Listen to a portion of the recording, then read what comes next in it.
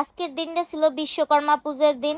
সকাল সকাল ঘুমের তে উঠে আমি আর হরিদাস পাল মিলগে ঘরের সব কাজ কমপ্লিট করছি। এরপর স্নান করিয়ে দুইজনে মিলগে আজকে পূজা দেব।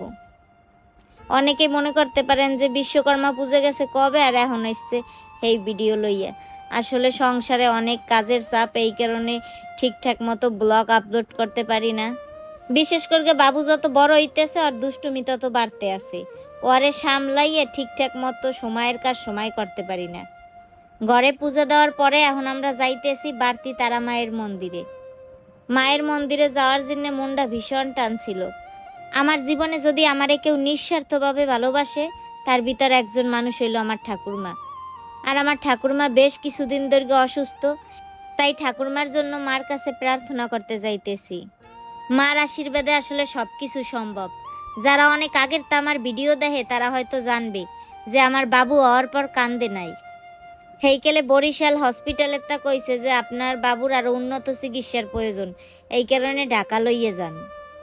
আমাগো বাবু হইছে সকাল 10টায় আর আমরা ঢাকা যাইতেছিলাম 4:30টার সময়। ঢাকা যাওয়ার সময় বাড়তি কালী মন্দির বাদে তখন আমরা গাড়ি এলারে কইছি কি এই জায়গা একটু থামান, আমরা একটু মার দ্বারে প্রার্থনা করব।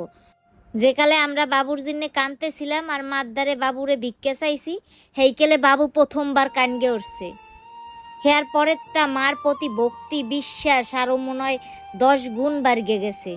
তারপর আমরা মার দ্বারে কইছি বাবুরে যদি ফিরেই আনতে পারি তাইলে এই জায়গা দিয়েই নেব। পরে ফেরার পথেও আমরা এই জায়গায় আসছিলাম। যারা আমাকে ভিডিও আগেরটা দেখেন তারা তো সব ভিডিওই দেখছেন।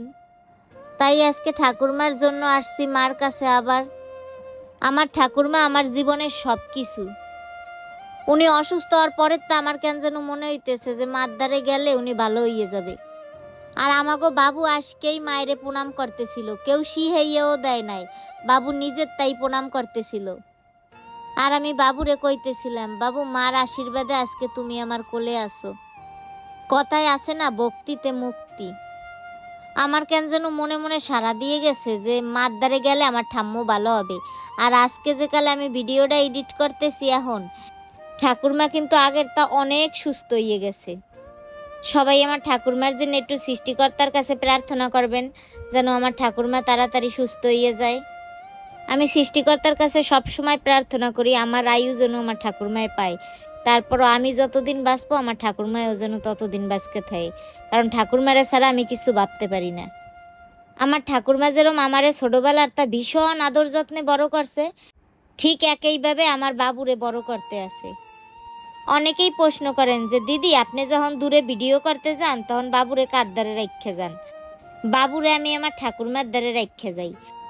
আমার পরে যদি কেউ বাবুরে আদর যত্নে রাখে সে আমার ঠাকুরমা হয়। অনেকেই বাবুরে ভালোবাসে, কিন্তু দায়িত্ব কর্তব্য কয়জনে পালন করে?